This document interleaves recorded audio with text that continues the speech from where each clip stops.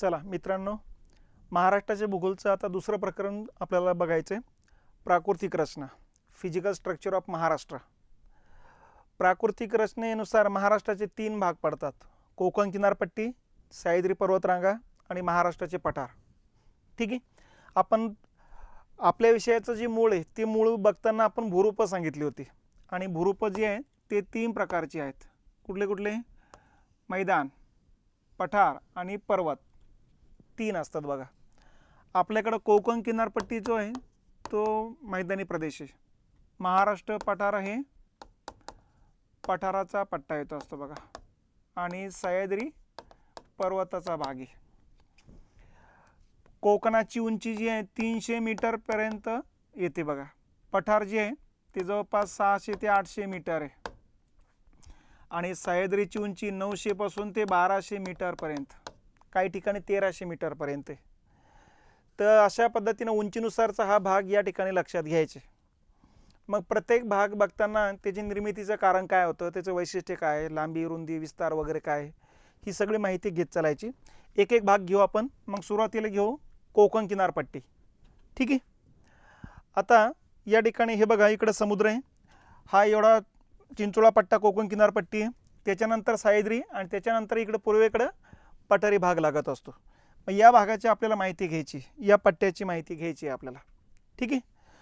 आता या ठिकाणी हे लक्षात घेतलं पाहिजे की कोकण किनारपट्टीबद्दल कोणते कोणते मुद्दे लक्षात घ्यायचे. सगळ्यात पहिला मुद्दा लक्षात घ्यायचा, कोकणाची निर्मितीचं कारण काय, आणि कोकणाचं कोकण नाव पडण्याच्या पाठीमागचा इतिहास काय. नंतर कोकणाची किनारपट्टी कुठल्या प्रकारातली येते, किनारपट्टीचं स्वरूप, नंतर विस्तार, नंतर बेटे, नंतर जलदुर्ग, नंतर तटवर्तीय किल्ले, नंतर कोकणाचे उपभाग उभे आणि आडवे, आणि शेवटी मग कोकणातल्या नद्या आणि त्या नद्यांच्या मुखाजवळ असलेल्या खाड्या. तर एवढे मुद्दे या ठिकाणी निघतात बघा. मग एक एक एक एक मुद्दा आपण बघत चालायचं. त्यातला पहिला मुद्दा येतो कोकण किनारपट्टीबद्दलची निर्मिती आणि नाव. हे अगोदर लक्षात घेऊ आपण. ठीक आहे. अशा पद्धतीने इकडं हा महाराष्ट्राचा भाग येतोय, आणि या ठिकाणी डोंगररांगा, अशा डोंगररांगा दक्षिण उत्तर पसरलेले आहेत. हा जो चिंचोळा पट्टा आहे याला म्हणायचं कोकण किनारपट्टी. ठीक आहे. या कोकण किनारपट्टीवरती या ठिकाणी जर बघितले आपण तर दमणगंगा नदी येत असते बघा, आणि सर्वात शेवटी जर बघितले आपण या भागामध्ये इथं तर तेरेखोल नदी येत असते. असा टोटल 720 किलोमीटर लांबीचा हा पट्टा आहे. आणि रुंदी जर बघितली तर वेगवेगळ्या भागात वेगवेगळी. उत्तर भागातली रुंदी येते 90 ते 95 किलोमीटर, दक्षिणेकडची रुंदी येते 30 ते 40 किलोमीटर. सरासरी विचारली तर 40 ते 60 किलोमीटर रुंदी आहे. ठीक आहे. उत्तरेकडून दक्षिणेकडे जाताना रुंदी कमी कमी होत जाताना दिसते. तर उत्तरेकडचं टोक दमणगंगा नदी, दक्षिणेकडचे टोक तेरेखोल नदी. पश्चिमेला या ठिकाणी अरबी सागर आहे, तर पूर्वेला सह्याद्रीच्या डोंगररांगा आहे. तर यांच्या दरम्यानचा हा चिंचोळा पट्टा आहे, याला म्हणायचं कोकण किनारपट्टी. ठीक आहे. मग आता या किनारपट्टीच्या निर्मितीचं कारण काय हे अगोदर लक्षात घ्या. हे बघा, इथं सह्याद्रीच्या डोंगररांगा आहे. गुजरात, महाराष्ट्र, गोवा, कर्नाटक, केरळ, तामिळनाडू या 6 राज्यात 1600 किलोमीटर लांबीची या डोंगररांगा पसरलेल्या आहेत. आता डोंगररांगा कशा निर्माण झाल्या, इथं भेगी ज्वालामुखी फाटला गेला होता 1600 किलोमीटर लांबीचा, आणि या भेगी ज्वालामुखीतून बाहेर पडलेला लावा दोन्ही बाजूला प्रसारित झाला. ठीक आहे. आणि दोन्ही बाजूला प्रसारित झालेल्या लावा रसापासून इकडे पठार तयार झालं, इकडे एका कालखंडात पठार तयार झालं. म्हणजे ज्यावेळेस निर्माण झालं त्यावेळेस इथंही पठार तयार झालं, इथंही पठार तयार झालं. म्हणजे अशा प्रकारची रचना. इथं समुद्र आहे, इथं हे पठार तयार झालं, इथं डोंगररांगा आहे, आणि इकडं पठार तयार झालं. पठाराची उंची या ठिकाणी, पर्वताची उंची आपल्याला माहिती आहे 1200 मीटर आहे. इथं पठाराची उंची आहे 900 मीटर, म्हणजे इकडच्या पठाराची उंचीसुद्धा 900 मीटर होती बघा. ठीक आहे. आता झालं काय, हे पठार निर्माण झालं 8 कोटी वर्षापूर्वीपर्यंत. 12 कोटी ते 8 कोटी वर्षाचा कालखंड आहे. त्या कालखंडात या ठिकाणी दोन्ही बाजूनं पठार तयार झालं. हे महाराष्ट्राचा पठार, हा कोकणाचा पठार, आणि हे सह्याद्री. 12 कोटी ते 8 कोटी वर्षाचा कालखंड आहे बघा. ठीक आहे. 8 कोटीनंतर 5 कोटी वर्ष आपले 3 कोटी वर्षापूर्वीपर्यंत या ठिकाणी जर बघितलं तर मधल्या कालखंड थोडं शांतता होती आणि 3 कोटी वर्षानंतर अलीकडे जर बघत गेलो जसजसा अलीकडचा काळ येऊ लागला तसतसा हा कोकणाचा जो भाग आहे पठाराचा खाली खचत चाललेला आहे. दरवर्षी 5-5 10-10 सेंटीमीटर ना कधी MM ना खाली सरकत चाललेला आहे. सरकत जर आज बघितलं आपण हा पट्टा असा इथपर्यंत खाली आलेला आहे असा. ठीक आहे, म्हणजे आता याची उंची एवढी राहिलेली नाही, एकदम खाली आलेली. आखरी 275 मीटर आता उंची आहे. समुद्र पातळीजवळ तर 15 मीटरच उंची आहे. आलं लक्षात. तर 900 मीटरवरून हा पट्टा इथपर्यंत खाली आलेला आहे. तर अशा पद्धतीने जमिनीचे खाली खचणे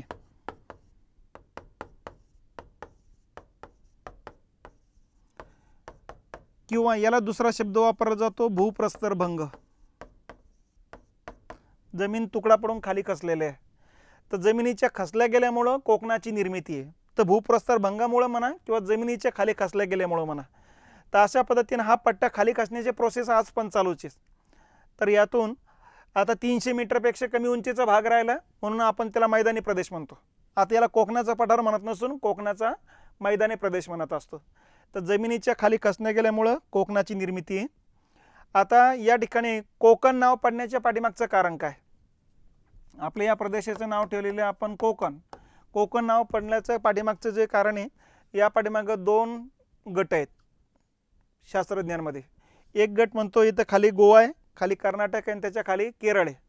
केरळमध्ये चेर घराण्याची राजवट होती बघा, 1000-1500 वर्षे. याच्यामध्ये भरपूर राजे झालेले आहेत. काही राजे बलाढ्य होते. या बलाढ्य राजांना पूर्ण भारताची पश्चिम किनारपट्टी जिंकून घेतली होती आणि त्यावेळेस त्यांनी या किनारपट्टीला नाव दिलं होतं कोंगण.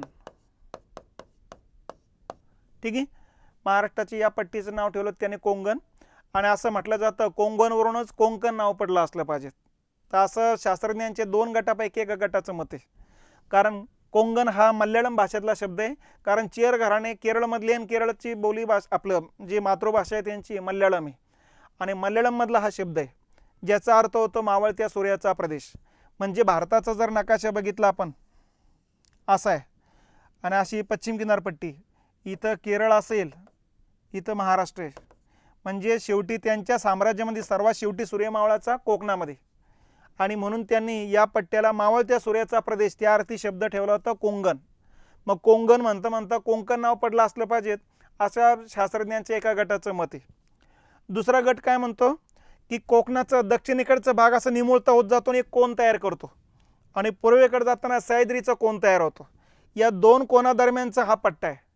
म्हणून मग दक्षिणेकडचा कोन आणि पूर्वेकडचा कोन आणि कोणवरूनच मग कोंकण शब्द तयार झाला असला पाहिजेत असा दुसरा गट म्हणतो. तर अशा पद्धतीनं नावं पडण्याच्या पाठीमागं ही 2 पैकी कुठलं तरी कारण कारणीभूत आहे. ठीक आहे, मग अशा पद्धतीने ही कोकण किनारपट्टी लांबी बघितली 720 आहे, रुंदी सरासरी 40 ते 60 आहे. उत्तरेकडची रुंदी जास्त आहे, दक्षिणेकडची रुंदी कमी होत जाते आणि हा टोटल एरिया येतो 30,728 चौरस किलोमीटर. महाराष्ट्राच्या एकूण क्षेत्रफळाच्या 10% भाग आहे. ठीक आहे, इथं 7 जिल्हे आहेत. सिंधुदुर्ग, वरती रत्नागिरी, त्याच्यावरती रायगड, त्याच्यावरती ठाणे, त्याच्यावरती पालघर आणि या बाजूनं जर बघितलं मुंबई उपनगर आणि मुंबई शहर आहे. अशी 5 जिल्हे, 50 तालुके, 30,728 चौरस किलोमीटर क्षेत्रफळ. महाराष्ट्राचा 10% भाग आहे. रुंदी उत्तरेकडून दक्षिणेकडे जाताना कमी होत जाते. एवढी ही माहिती इथं लक्षात ठेवायची. ठीक आहे, आता पुढचा मुद्दा काय आहे तो लक्षात घ्या. पुढचा मुद्दा आहे की कोकणाचा किनारा कसा आहे. आता जगभरातले जेवढे किनारे आहेत तेवढे किनारे या ठिकाणी टाकलेले आहेत बघा. एक तर जगभरामध्ये जर बघितलं आपण दंतूर प्रकारचा किनारा असतो किंवा अदंतूर असतो, निमग्न असतो किंवा उन्मग्न असतो, रिया प्रकारातला असतो, फियार्ड किंवा डॉल्मेशियम प्रकारातला असतो. बघा सगळ्या प्रकारातले किनारे कसे अगोदर ते समजून घेऊ आणि त्याच्यानंतर मग यापैकी महाराष्ट्रातला कोणत्या प्रकारातला आहे ते समजून घ्यायचं आपल्याला. हे बघा या ठिकाणी आता सगळ्यात पहिलं कुठलं आहे, दंतूर आणि अदंतूर.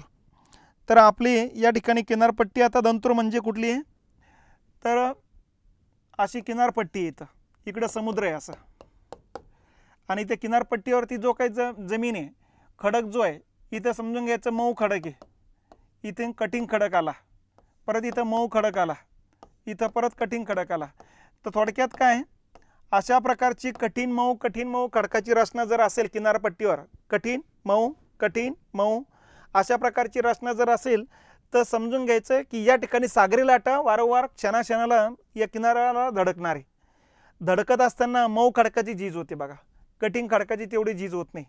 म्हणून मग या मऊ खडकाच्या पट्ट्यामध्ये समुद्रामध्ये घुसतो आणि कठीण खडक समुद्रात घुसल्यासारखा दिसतो आणि यातून मग अशा प्रकारची किनारपट्टी तयार होते बघा.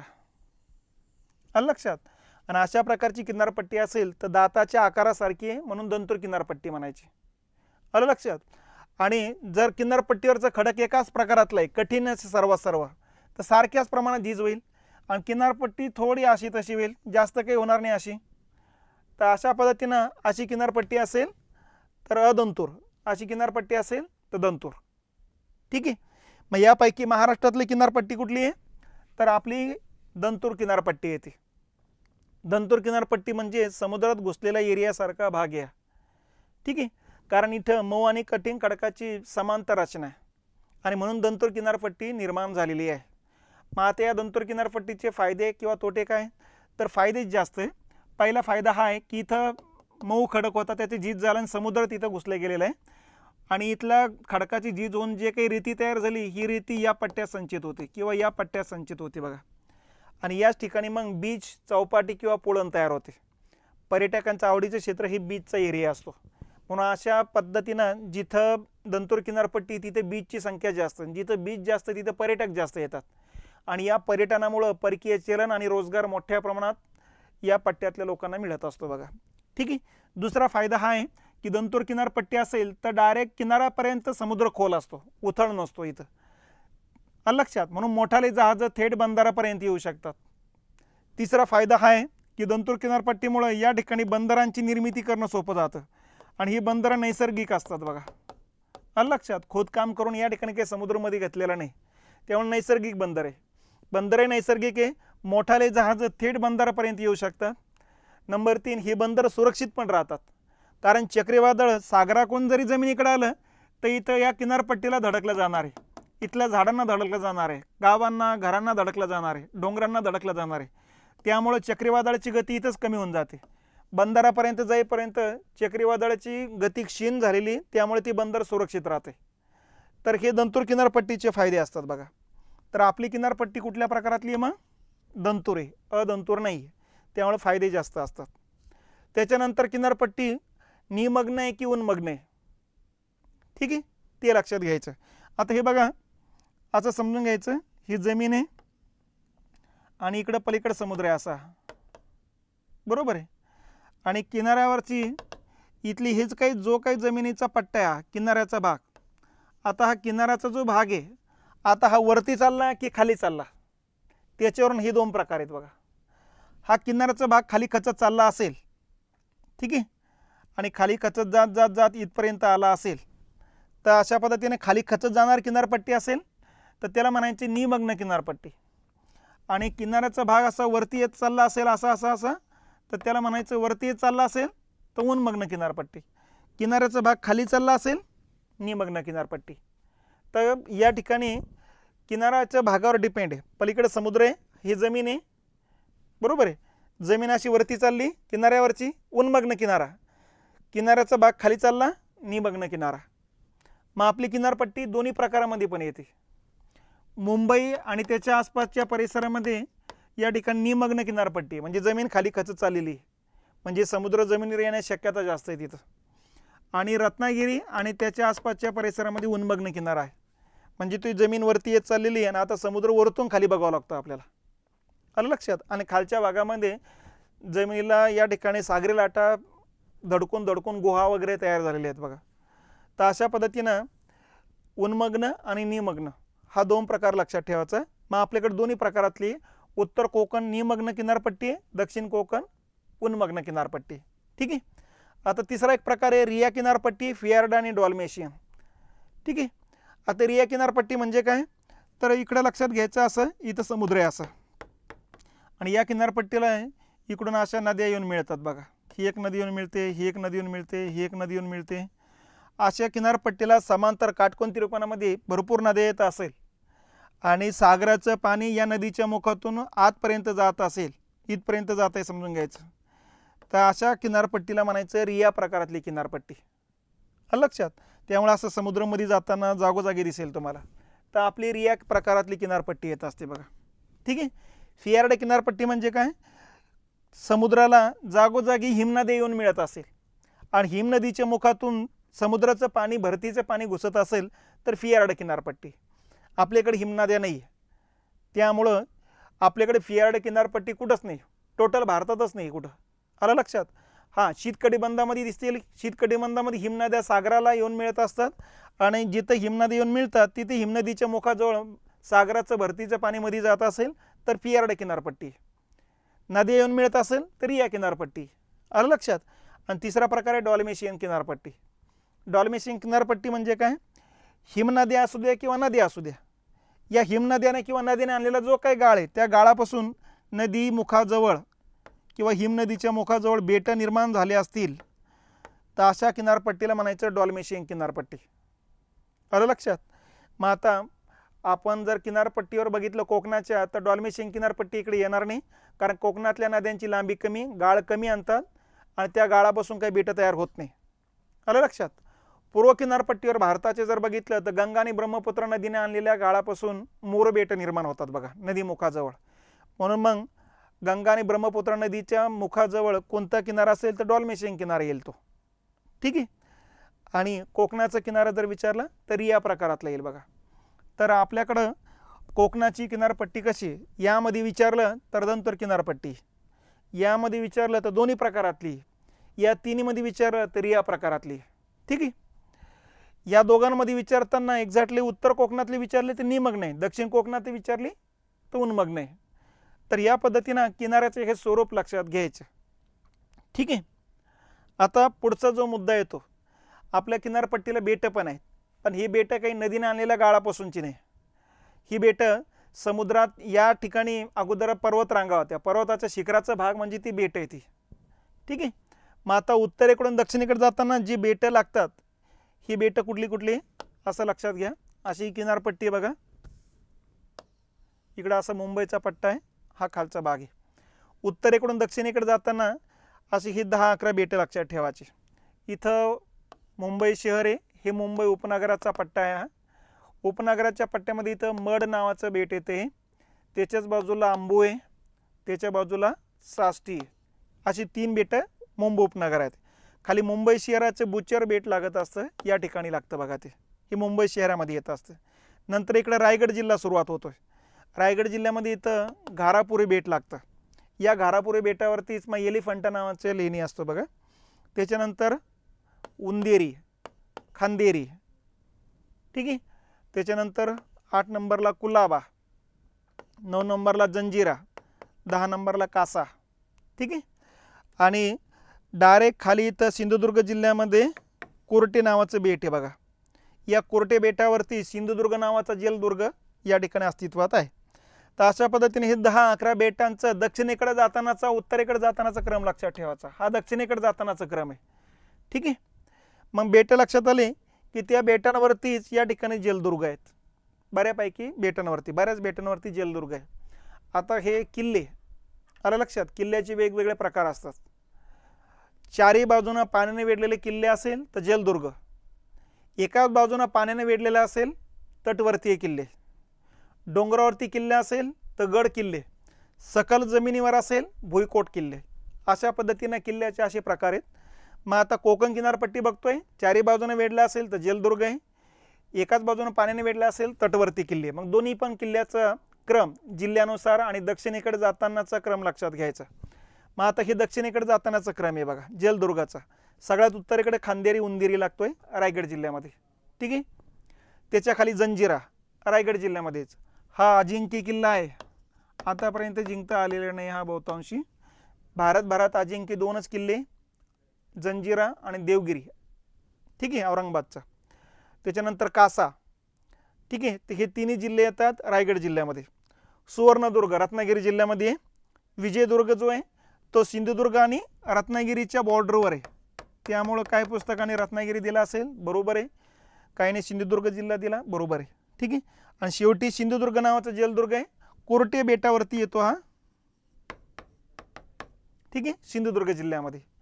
तर अशा पद्धतीनं हा क्रम लक्षात घ्यायचा. कधी उत्तरेकडे जातानाचा क्रम विचारतात, कधी दक्षिणेकडे. हा दक्षिणेकडे जातानाचा क्रम आहे.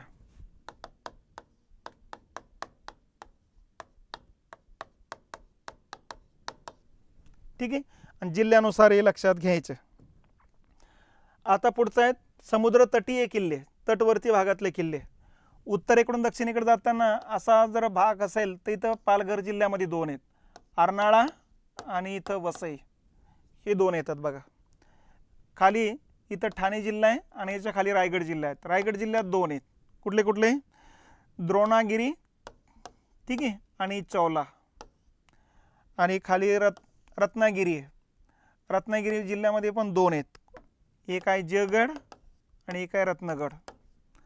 तर अशा पद्धतीनं दक्षिणेकडे जातानाचा क्रम पण आहे, जिल्ह्यानुसार पण आहे आणि त्यांची नावं पण. अर्नाळा, वसई, द्रोणागिरी, चौल, जयगड आणि रत्नगड असे हे 6 तटवर्तीय किल्ले लक्षात घ्यायचे. ठीक आहे. आता कोकणाचे उपभाग. कोकणाचे आता 2 पद्धतीने उपभाग पडतात, आडवे पण उभे पण. सुरुवातीला आडवे लक्षात घ्यायचे बघा. आता आडवे कोकणाचे 2 उपभाग जे आहेत ते कसे कसे अगोदर ते लक्षात घेऊ. हे बघा, हा कोकणाचा पट्टा आहे. ठीक आहे, इकडून सह्याद्रीच्या डोंगररांगा आहे. सह्याद्री इकडं, इकडं अरबी सागर आहे, बरोबर आहे. इथं तुम्हाला माहिती आहे इथं दमणगंगा नदी आहे. आणि या ठिकाणी जर बघितलं तर तेरेखोल नदी, यांच्या दरम्यानचा हा पट्टा. मग कोकणाचे जे आडवे 2 भाग पडतात, असे 2 आडवे भाग पडतात. याला म्हणायचं दक्षिण कोकण आणि याला म्हणायचं उत्तर कोकण. आता हे 2 भाग कशाच्या आधारे पाडले ते पण लक्षात ठेवा. उत्तरेकडून दक्षिणेकडे जाताना समजून घ्यायचा ते उत्तर भाग आहे आणि इथे समजून घ्यायचा हा दक्षिण भाग आहे. जमिनीची रचना बघा, उत्तरेकडून दक्षिणेकडे जाताना उत्तर भागात जमीन कशी आहे, एकदम सखल आहे. आणि जसा दक्षिण भाग सुरुवात होतो रत्नागिरी आणि सिंधुदुर्ग जिल्हा, इथं जमीन खालीवर खालीवर सुरुवात होती बघा असे. ठीक आहे, तिकडे जमीन खालीवर खालीवर आहे म्हणून हा खालीवर खालीवर जमिनीचा एक भाग, याला दक्षिण कोकण नाव दिलं. सकल उत्तरेकडचा भाग सकल आहे, याला उत्तर कोकण नाव दिलं. मग आता मूळ मुद्दा हा आहे की इकडे खालीवर खालीवर जमीन काय, तर त्याचं कारण आहे या ठिकाणी पावसाचं प्रमाण जास्त आहे. ठीक आहे, जवळपास 250 ते 300 सेंटीमीटर पाऊस पडतो या पट्ट्यामध्ये. आणि या पट्ट्यामध्ये पावसाचं प्रमाण कमी, 200 ते जवळपास आपले 150 ते 200 सेंटीमीटर पाऊस पडत असतो. आलं लक्षात. इकडे पाऊस या ठिकाणी कमी आहे, या भागात पाऊस जास्त आहे. त्यामुळे तो ओहोळ, नद्या, नाले, ओढे इकडे जास्त आहे म्हणून इकडे खालीवर खालीवर जमीन लागते दक्षिणेकडे. आणि उत्तरेकडचा पाऊस कमी म्हणून सकल जमीन लागते. ठीक आहे, मग अशा पद्धतीने आपण भूरचनेच्या आधारे 2 भाग पाडले, उत्तर कोकण, दक्षिण कोकण. उत्तर कोकणात पाऊस कमी आहे म्हणून या ठिकाणी तांबड्या रंगाची माती येते किंवा लाल रंगाची म्हणून. इथं पाऊस खूपच जास्त आहे म्हणून इथं जांभ्या रंगाची माती येते, विटकरी रंगाची माती म्हणू किंवा लॅटराइट सॉइल म्हणू आपण त्याला. या मातीचा पीएच जो असतो तो 5 ते 6 असतो. ठीक आहे, आणि जांभ्या मातीचा पीएच जो असतो तो जवळपास 4 ते 5 पीएच असतो बघा. त्यामुळं या भागामध्ये जर बघितलं आपण तर पीएच खूप कमी, त्यामुळे ही सर्वात कमी सुपीक माती असते. महाराष्ट्रातली सर्वात कमी सुपीक माती कुठली, तर जांभी माती. आलं लक्षात. या मातीमध्ये फक्त फळं आणि मसालेच येणार आहे, दुसरं काहीही येणार नाही. ठीक आहे, आणि या मातीतला पीएच थोडा बऱ्यापैकी जास्त आहे म्हणून इथं तांदूळ घेतला जाणार आहे. ठीक आहे, ॲसिडिक सॉईल म्हणतो आपण याला. 6 पेक्षा कमी पीएच असेल ते ॲसिडिक सॉईल असते. ठीक आहे, पीएच नेहमी लक्षात ठेवायचा. पीएच म्हणजे प्रयोगशाळेतली एक फूटपट्टी ज्याच्यामध्ये 1 पासून ते 14 पर्यंत अंक असतात. 6 ते 8चा अंक असेल तर न्यूट्रल माती म्हणतो आपण, उदासीन माती. ठीक आहे, 6 ते 1 ते 6च्या दरम्यान असेल तर त्याला म्हणतो आम्लधर्मी माती. ठीक आहे, आणि 8 पेक्षा जास्त असेल तर त्याला म्हणायचं आम्लारी धर्मी माती. तर असे मातीचे 3 प्रकार असतात. उदासीन मातीमध्ये सगळ्या प्रकारची पिके येतात कारण सगळ्या प्रकारची मूलद्रव्ये अस्तित्वात असतात. आम्लधर्मी मातीमध्ये पाऊस जास्त असल्यामुळे सेंद्रिय पदार्थ वाहून जातात, मातीमध्ये जड कण थांबतात, लोखंडाचे कण थांबतात म्हणून या मातीमध्ये लोखंड, ॲल्युमिनियम, मॅग्नेज यांचं प्रमाण जास्त असतं. ठीक आहे. आणि 8पेक्षा अधिक pH असेल तर ती बेसिक सॉईल आहे, म्हणजे या ठिकाणी ती बेसिक सॉईल आहे म्हणजे आम्लधर्मी माती आहे. त्यामुळे साहजिकच आहे याच्यामध्ये सुद्धा या ठिकाणी जिप्सम वगैरे यांची कमतरता असते बघा. म्हणून त्याही मातीत जास्त काही येत नाही, याही मातीत जास्त काही येत नाही. या मातीत सगळ्या प्रकारची पिके येत असतात. तर pH मध्ये हा कमी आहे आणि हा सर्वात कमी pH आहे. तर दोन्ही प्रकारची माती आम्लधर्मी आहे, फक्त हे कमी हे जास्त तीव्र असं लक्षात घ्यायचं. म्हणून इथं फळ आणि मसाल्याचे येणार आहे, तांदूळ काही जास्त येणार नाही आणि इकडे तांदूळच घेतला जाणार आहे. हा भाताचा पट्टा, हा मसाल्याचा पट्टा, ठीक आहे. आणि फळामध्ये पण आंबा, काजू, सुपारी, अननस, फणस, नारळ, जांभूळ ही फळ पिकं या पट्ट्यामध्ये येतात. तर अशा पद्धतीनं दक्षिण कोकणाचे असे उत्तर कोकण, दक्षिण कोकण असे आडवे दोन भाग आहेत. उत्तर कोकणाचा जो किनारा आहे तो तुम्हाला सांगितलेला आहे निमग्न प्रकारातला येतो, आणि दक्षिण कोकणाचा जो किनारा आहे तो उन्मग्न प्रकारामध्ये येतो असतो बघा. तर या पद्धतीनं या ठिकाणी हे लक्षात घ्या. मग आता आडवे जे दोन भाग आहेत हे कुठले कुठले आहेत? एक आहे उत्तर कोकण, एक आहे दक्षिण कोकण. जिल्हे उत्तर कोकणामध्ये पालघर, ठाणे, मुंबई शहर, मुंबई उपनगर, रायगड 5 जिल्हे आहेत. दक्षिण कोकणात रत्नागिरी आणि सिंधुदुर्ग 2 जिल्हे आहेत. रुंदी कोकणाची, उत्तर कोकणाची रुंदी 90 ते 95 आहे, दक्षिणेची 30 ते 40 किलोमीटर आहे. किनारा उत्तरेकडे निमग्न आहे, दक्षिणेकडे उन्मग्न.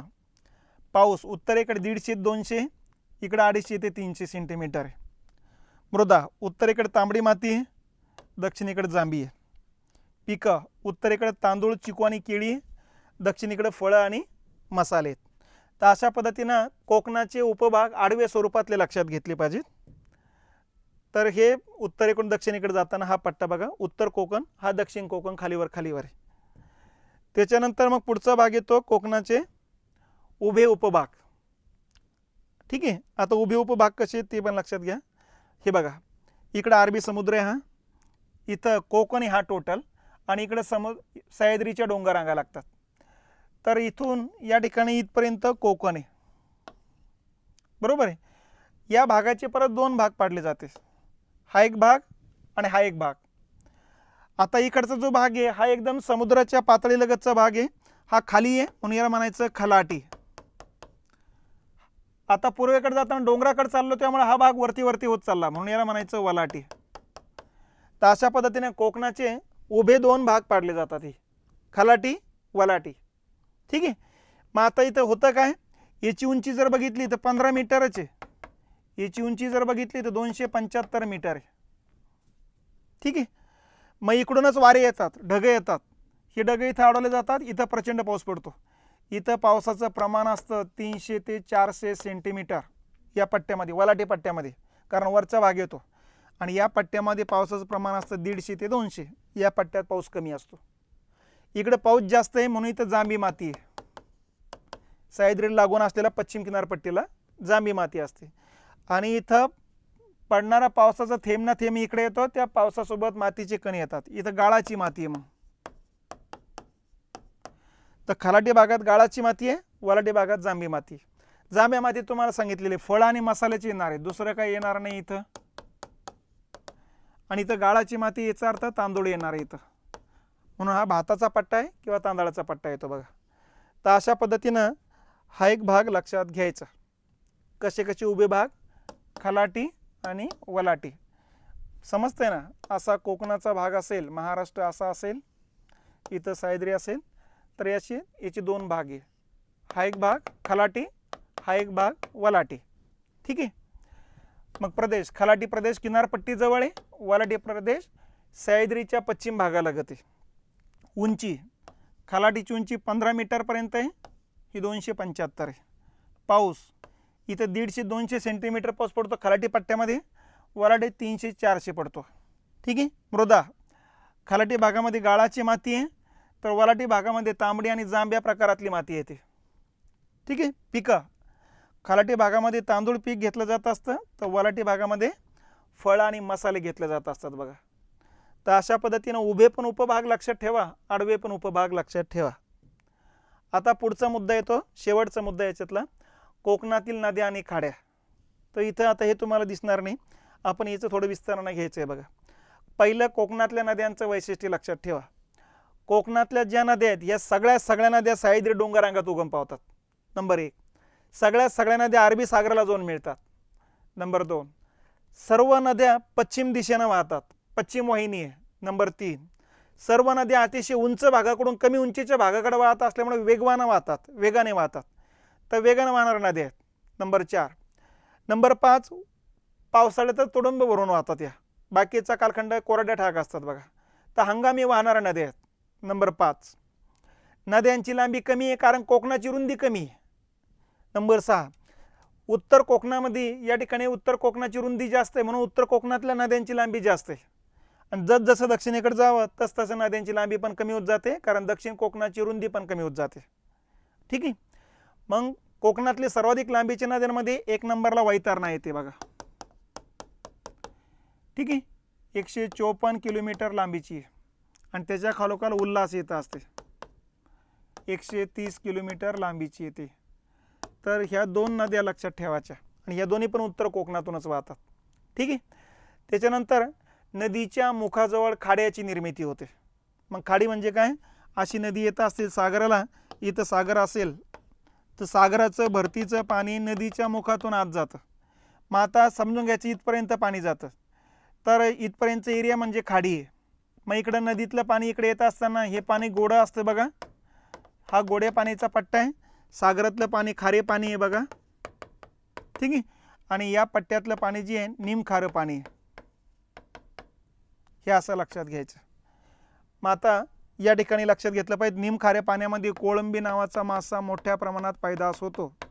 मग जिथं खाडे आहेत तिथं कोळंबी मासा जास्त आहे. म्हणून आपण बघितलं 2022-23 या वर्षामध्ये सर्वात जास्त आपण कोळंबी मासा निर्यात केलेला आहे. आणि सर्वात जास्त निर्यात केला अमेरिकेला. अमेरिका 2 नंबर चायना आहे, 3 नंबर युरोपियन युनियन आहे. तर हा अतिशय चवदार मासा मानला जातो असतो कोळंबी मासा. ठीक आहे. याचाच कोळंबी मासा आपण सुकवला आणि या ठिकाणी तर तो वापरला कोरडा करून तर त्याला आपण झिंगे म्हणत असतो बघा. तर अशा पद्धतीनं या ठिकाणी ह्या खाड्या असतात बघा. तर नदीच्या मुखाजवळ खाडे असेल किंवा गाळ आणला असेल तर त्रिभुज प्रदेश तयार होईल. तर आपल्याकडे नद्यांना गाळ कमी आणतात त्यामुळे खाड्या तयार होतात बघा. ठीक आहे. तर खाडी म्हणजे काय? सागराचं भरतीचं पाणी नदीच्या मुखातून जिथपर्यंत आत जाते तेवढा प्रदेश म्हणजे खाडी. मग या खाडीजवळ एखादं गाव असेल तर त्या गावाचं नाव या खाडीला देतात बघा. म्हणून असं इकडे बघा हे नाव डहाणूची खाडी, दातीवाराची खाडी गावाचे नाव आहेत ही. आलं लक्षात? आणि कधी जिथं गाव नसेल तर मग त्या नदीचं नाव खाडीला देतात बघा. इकडे बघा तेरेखोलची खाडी, तेरेखोल नदीचंच नाव आहे. आलं लक्षात? त्याच्यानंतर देवगडची खाडी, देवगड नदीचंच नाव आहे. तर खाडीजवळ गाव असेल तर गावाचं नाव आणि गाव नसेल तर नदीचं नाव त्या खाड्यांना देतात बघा. मग आता या ठिकाणी उत्तरेकडून दक्षिणेकडे जाताना या नद्यांचा क्रम लक्षात ठेवा. नंबर 1 जिल्ह्यानुसार हे लक्षात ठेवा. नंबर 2 दक्षिणेकडे जातानाचा क्रम हे लक्षात ठेवा. मग आता उत्तरेकडून दक्षिणेकडे जाताना पहिलं पालघर लागेल, नंतर ठाणे लागेल, रायगड, रत्नागिरी, सिंधुदुर्ग. मग पहिलं पालघर आहे. पालघर जिल्हा असं समजून घ्यायचं आहे सह्याद्री इकडं आणि इकडं समुद्र आहे असं. सह्याद्रीमध्ये पहिली नदी जाऊन मिळत असते इथं दमनगंगा.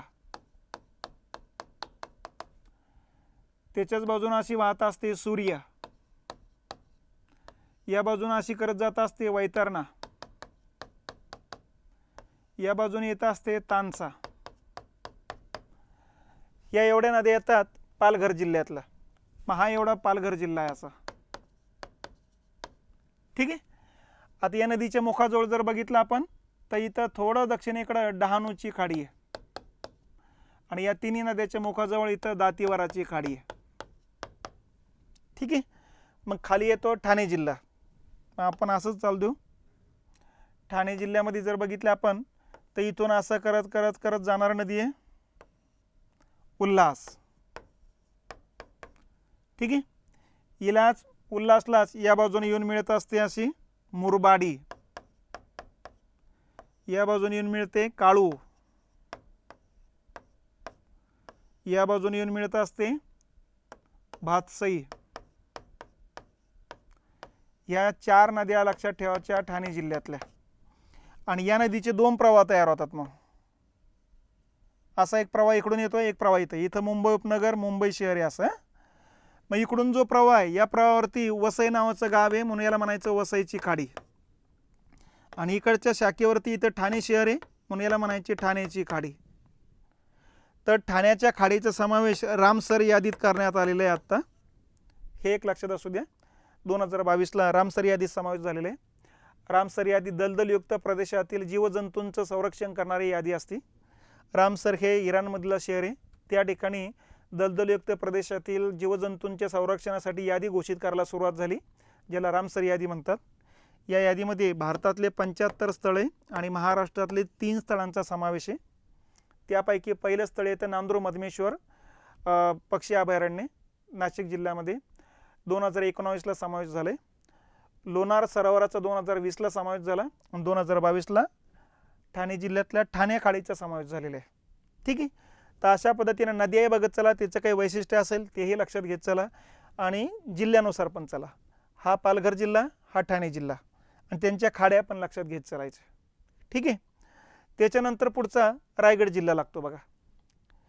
तर रायगड जिल्ह्यामध्ये आपण जर बघितलं उत्तरेकडून दक्षिणेकडे जाताना या ठिकाणी असं जर बघितलं आपण, सर्वात उत्तरेकडून अशी जाते, इथं पाताळगंगा,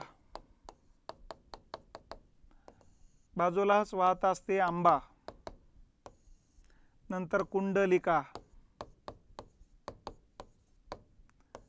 त्याच्यानंतर काल, आणि नंतर सावित्री. सावित्रीच्या दक्षिणेकडे रत्नागिरी आहे, उत्तरेकडे रायगड जिल्हा आहे. तर अशा पद्धतीनं इकडं रायगडमध्ये टाकू शकता, रत्नागिरीमध्ये टाकू शकता. तर या रायगड जिल्ह्यातल्या नद्या आहेत या. ठीक आहे. यापैकी पाताळगंगा नदीच्या मुखाजवळ पनवेलची खाडी इथं, अंबा नदी काठीजवळ धरमतरची खाडी आहे, कुंडलिका नदीच्या मुखाजवळ रोहाची खाडी आहे, काल नदीजवळ राजापुरीची खाडी आहे, आणि सावित्री नदीच्या मुखाजवळ बानकोटची खाडी आहे. अशा खाड्यांचा क्रम लक्षात ठेवायचा. ठीक आहे. त्याच्यानंतर जर बघितलं आपण तर त्याच्या खाली रत्नागिरी जिल्हा येतो असतो बघा. हा रत्नागिरी जिल्हा आहे. आता खाली पावसाचं प्रमाण वाढतंय त्यामुळे नद्यांची संख्या पण वाढत जाणारच, बरोबर आहे. सर्वात उत्तरेकडं इथं आपण बघितलेलं आहे. आता खालचा जो पट्टा आहे रत्नागिरी सुरुवात होतो, इथं भारजा नदी लागते. ठीक आहे. भारजा नदीच्या खाली हिला जाऊन मिळते जोग, अशी येते जगबुडी, त्याच्यानंतर येते वशिष्ठी, त्याच्यानंतर येते शास्त्री. ठीक आहे. त्याच्यानंतर येते काजळी, नंतर येते मुंचकुंडी, नंतर येते काजवी. तर या येतात रत्नागिरी जिल्ह्यातल्या नद्या. मग भारजा नदीच्या मुखाजवळ येते केळशीची खाडी. ठीक आहे. वशिष्ठी जगबुडी यांच्याजवळ येते दाभोळची खाडी, शास्त्री नदीकाठी जयगडची खाडी, काजळी नदीकाठीजवळ भाट्याची खाडी, मुंचकुंडी नदीच्या मुखाजवळ पूर्णगडची खाडी, आणि काजवी नदीकाठीजवळ जैतापूरची खाडी.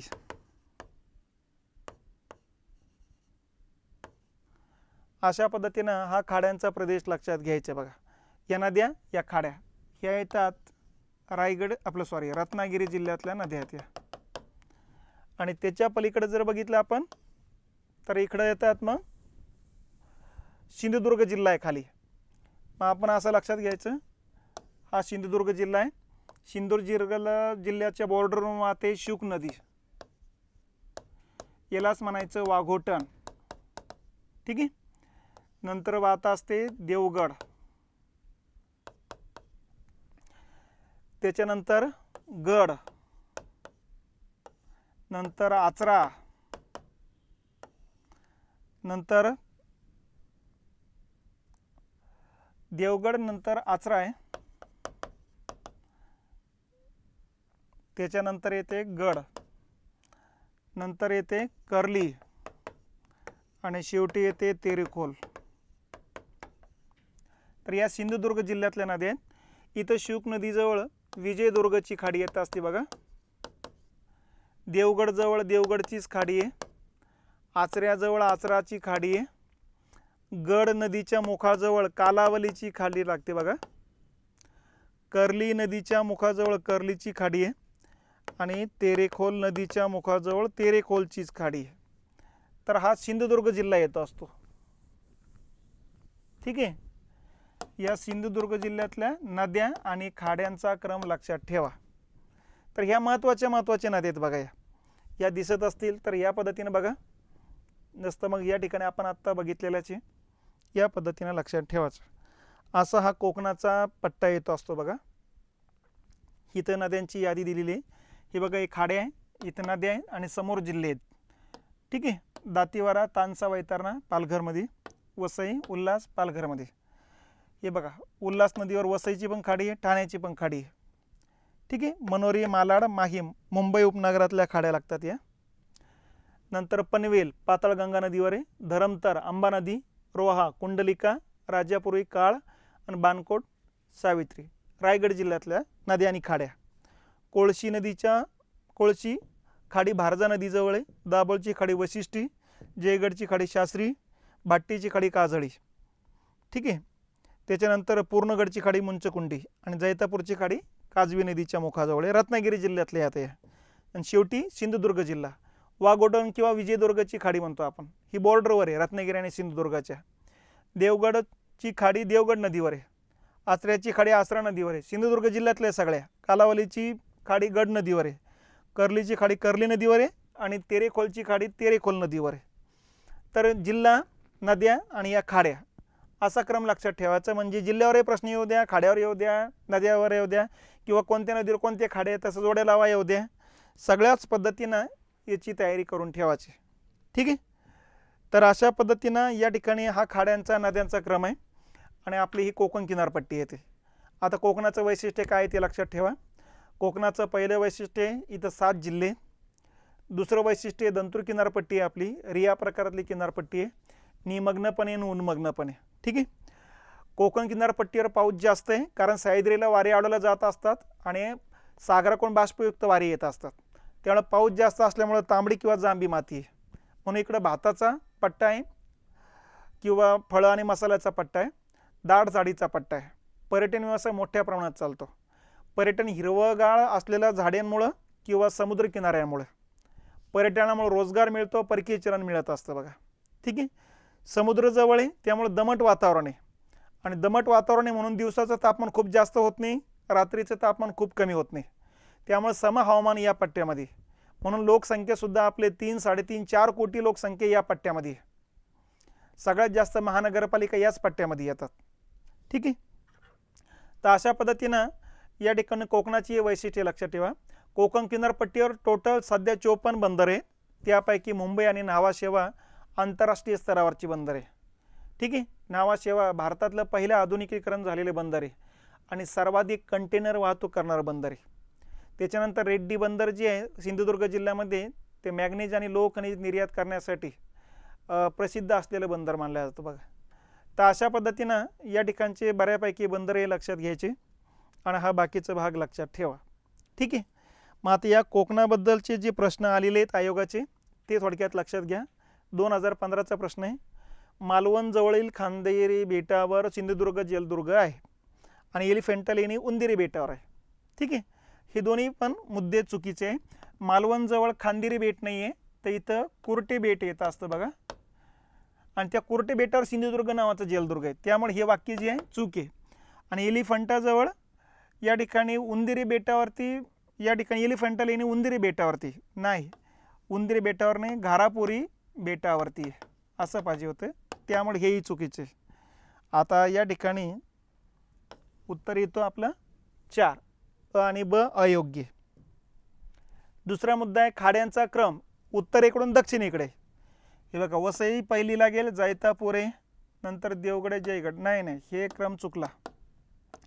वसई नंतर जयगड नंतर जैतापूर हा क्रम बरोबर येतोय. ठीक आहे. हा क्रममध्ये बघा जैतापूर जयगड इथं क्रम चुकला, वसईनंतर जयगड ह्या पण क्रम चुकला, म्हणजे उत्तर कुठलं आहे 2 नंबर आहे. या किल्ल्याला ब्रिटिश लोक पूर्वेकडील जिब्राल्टर म्हणतात. रायगड म्हणजे पूर्व आणि पश्चिम भागाला जॉईंट करणारा पट्टा जो आहे तो रायगड आहे. तर ह्या हिशोबाने शिवाजी महाराजांच्या कालखंडात इथंच आपली राजधानी होती. महाराष्ट्राची किनारपट्टी टिंबटिंब म्हणून ओळखली जाते. मग आता कारवारची किनारपट्टी कर्नाटकच्या किनारपट्टीचं नाव आहे, मलबारची किनारपट्टी केरळच्या किनारपट्टीचं नाव आहे, ओरिसाच्या किनारपट्टीला म्हणायचं उत्कल किनारपट्टी. तर आपल्या किनारपट्टीचं नाव आहे मग महाराष्ट्राच्या कोकण किनारपट्टी. ते 3 नंबरचं उत्तर येते. महाराष्ट्रातील खालील किल्ले दक्षिणेकडून उत्तरेकडे जातानाचा क्रम. सर्वात दक्षिणेकडे सिंधुदुर्ग येईल, त्यामुळे हे 2 पर्याय कटले. आता सिंधुदुर्ग नंतर जंजिरानंतर विजयदुर्ग तर इथं रत्नागिरीमध्ये येतो, त्यामुळं हा उत्तर येईल, हा पर्याय पण कटतो आपला. ठीक आहे, असं लक्षात ठेवा. नंबर 3, खलाटी हा शब्द खालीलपैकी कशाशी संबंधित आहे? आता खलाटी आपण बघितलेलं इथं समुद्र आहे, हा खलाटी आहे, हा वलाटी आहे, आणि इकडं हा वलाटीचा पट्टा, हा खलाटीचा पट्टा आहे. कोकण किनाऱ्यावरील वाळूचे दांडे नाही. कोकणाचा पश्चिमेकडील सागर किनाऱ्यालगतचा सकल भाग आहे, हा सकल भाग आहे. ठीक आहे, तो उत्तर येतं 2 नंबर. महाराष्ट्रातील कोकण किनारपट्टीची रुंदी किती आहे? उत्तरेकडे 90 ते 95 आहे, दक्षिणेकडे 30 ते 40 आहे. म्हणजे सरासरी आपण जर बघितलं तर 40 ते 50च्या दरम्यान येते, म्हणजे 42 ते 50. आलं लक्षात? असं लक्षात घ्यायचं आहे. प्राचीन ग्रंथामध्ये मूषक, आळूक, कुपक नावे असलेल्या खालीलपैकी कोणता प्रदेश आहे? तर कोकणाचे जे काही प्राचीन काळातले जी नाव आहेत, ही नाव आहेत प्राचीन कालखंडामध्ये मूषक, आळूक आणि कुपक. नंतर मग कोंगण नाव पडलं आणि नंतर मग कोंकण नाव पडलेले. खालीलपैकी कोणते विधान हे बरोबर आहेत? सुवर्णदुर्ग हा सागरी किल्ला आहे, बरोबर आहे. कळसुबाई शिखराची उंची 1646 सेंटीमीटर नाही, मीटर पाहिजे होतं, चौरस सेंटीमीटर दिलं, याचा अर्थ हे चुकीचं आहे. वैतरणा नदी पूर्ववाहिनी आहे, हेही चुकीचं आहे, बरोबर आहे. तर बरोबर कोणते? बरोबर नाही असं येते. बरोबर कुठलं नाही? मग ब आणि क बरोबर नाही, हे नाही म्हणता येते. तर ब आणि क बरोबर नाही, असं लक्षात घ्या. प्राकृतिक विविधतेमुळे कोकणाचे कोणते 2 उपभाग पडतात? उत्तर कोकण, दक्षिण कोकण हे उपभाग पडतात बघा. खलाटी आणि वलाटी पडतात. हे खलाली आहे, वलाली आहे, असे 2 भाग नाही पडत. खलाटी आणि वलाटी पाहिजे होतं. ठीक आहे. खालीलपैकी कोणत्या कारणाने कोकणाचा सकल भाग निर्माण झाला आहे? अरबी समुद्र किनारा उंचावल्याने की महाराष्ट्र पठाराचा पश्चिमेकडचा भाग खाली कसल्याने? तर कोकणाचा भाग जो आहे सकल बनण्याचा पाठीमागं खाली कसणे हे आपण बघितलेलं आहे सुरुवातीलाच, हे त्याचं उत्तर येतं बघा. खालीलपैकी कोणत्या किनाऱ्याचा प्रकार कोकणात आढळतो? मग हे 3 प्रकारापैकी आपल्याकडे कुठला आहे? मग रिया, शीतकटिबंधात फियार्ड, आणि या दोन्ही पैकी कुठं जिथं बेटा असतील मुखाजवळ तर मग डॉल्मेशियन. तर आपलं रिया येतो आपलं उत्तर. खालीलपैकी कोणती नदी पश्चिम वाहिनी नाही? वैतरणा पश्चिम वाहिनी आहे, कोकणातली आहे. तानसा कोकणातली आहे, शास्त्री कोकणातली आहे. कोयना पठारावरची नदी ती पूर्व वाहिनी आहे, आणि ही कृष्णा नदीची उपनदी. उत्तरेकडून दक्षिणेकडे रत्नागिरी जिल्ह्यातल्या नद्यांचा क्रम आहे. मग रत्नागिरीमध्ये आता सावित्री बॉर्डरवर आहे, घेता येईल त्याला सावित्री, नंतर भारजा, नंतर जोग, हाच पर्याय बरोबर आहे. आता इथं वशिष्ठी जोग वरतून येते, त्यामुळं हा पर्याय असं पाहिजे होतं. भारजा त्याच्या पलीकडे आहे आणि सावित्री त्याच्या पलीकडे, हा उलटा क्रम झाला. ठीक आहे, 1 नंबर उत्तर बरोबर आहे. त्याच्यानंतर कोकणाची उत्तर व दक्षिण सीमा या ठिकाणी टिंबटिंब यांनी निश्चित केलेली आहे. कोकणाची उत्तर सीमा कुठे आहे? दमणगंगा आहे, दक्षिण सीमा तेरेखोल आहे. या 2 नद्या दरम्यानचा पट्ट्याला कोकण म्हणायचे आपण. महाराष्ट्रातील खालील खाड्यांचा दक्षिणेकडून उत्तरेकडचा क्रम आहे. आपल्या उत्तरेकडून दक्षिणेकडे सवा असेल ती इकडून बघा. मग आलं लक्षात? दक्षिणेकडून उत्तरेकडे जाताना हे येणारच नाही, हा पर्याय येणारच नाही. ठीक आहे. आता दक्षिणेकडे सगळ्यात अगोदर तेरेखोल येईल, हे उत्तर येईल बघा. हे विजयदुर्ग, नंतर दाभोळ, नंतर राजापुरी, हे 1 नंबर येते बघा. ठीक आहे, सर्वात दक्षिणेकडे तेरेखोल आहे. खाडे आणि नद्यांचे योग्य जोड्या. मनोरी जी काही खाडी आहे ते दहिसरमध्ये येते. भाट्टे जी आहे ते काजळी आहे. ठीक आहे. काजवी, जैतापूर काजवी आणि धरमतर पाताळगंगा. ठीक आहे. या पद्धतीने जर बघितलं तर कुठलं उत्तर येतंय? 3, 1, 4, 2. ठीक आहे. सॉरी. कोकण विभागातील नद्यांचा उत्तरेकडून दक्षिणेकडे असणारा क्रम. नद्या आहे उत्तरेकडून दक्षिणेकडे, मग सगळ्यात उत्तरेकडे कुठली येईल आता? इथं वैतरणा येईल 1 नंबरला, 2 नंबरला उल्हास येईल. ठीक आहे. 3 नंबरला सावित्री येईल, 4 नंबरला वशिष्ठ येईल. अ क ब ड हे उत्तर येते. नद्या आपल्या डोळ्यासमोर यायला पाहिजेत बघा, तरच उत्तर जमेल ते. खालील खाड्यांचा कोणता क्रम उत्तरेकडून दक्षिणेकडे बरोबर आहे? आता खाड्या आहेत. वसई आहे उत्तरेकडं, नंतर जैतापूर, नंतर देवगड, नंतर जयगड. नाही, हे नाही बसणार. वसई नंतर जयगड, नंतर जैतापूर, नंतर देवगड. हा मुद्दा येतो. ठीक आहे. त्याच्यानंतर पुढील विधानापैकी कोणते विधान योग्य आहे? महाराष्ट्राच्या पश्चिमेकडे वाहणाऱ्या नद्यांचा क्रम उत्तरेकडून दक्षिणेकडे दमणगंगा, ठीक आहे, उल्हास, नंतर वैतरणा, वशिष्ठी, सावित्री, कार्ली असे आहे. ते हे बघा, वैतरणा इथं पाहिजे होते, तर हा क्रम काही बरोबर नाही. भातसा, काळू, उल्हास नदीच्या उपनद्या आहेत, हे बरोबर आहे. तर मग फक्त ब बरोबर आहे. ठीक आहे. कोकणातील या नद्या जास्त लांबीच्या आहेत. तर आत्ताच बोललेले आपण वैतरणा आणि उल्हास. वैतरणा 154 किलोमीटर लांबीची आहे, उल्हास 130 किलोमीटर लांबीची आहे. ठीक आहे. तर ही झाली कोकणाची माहिती. आता पुढं आपण सह्याद्री आणि महाराष्ट्राच्या पठाराची माहिती घेऊ.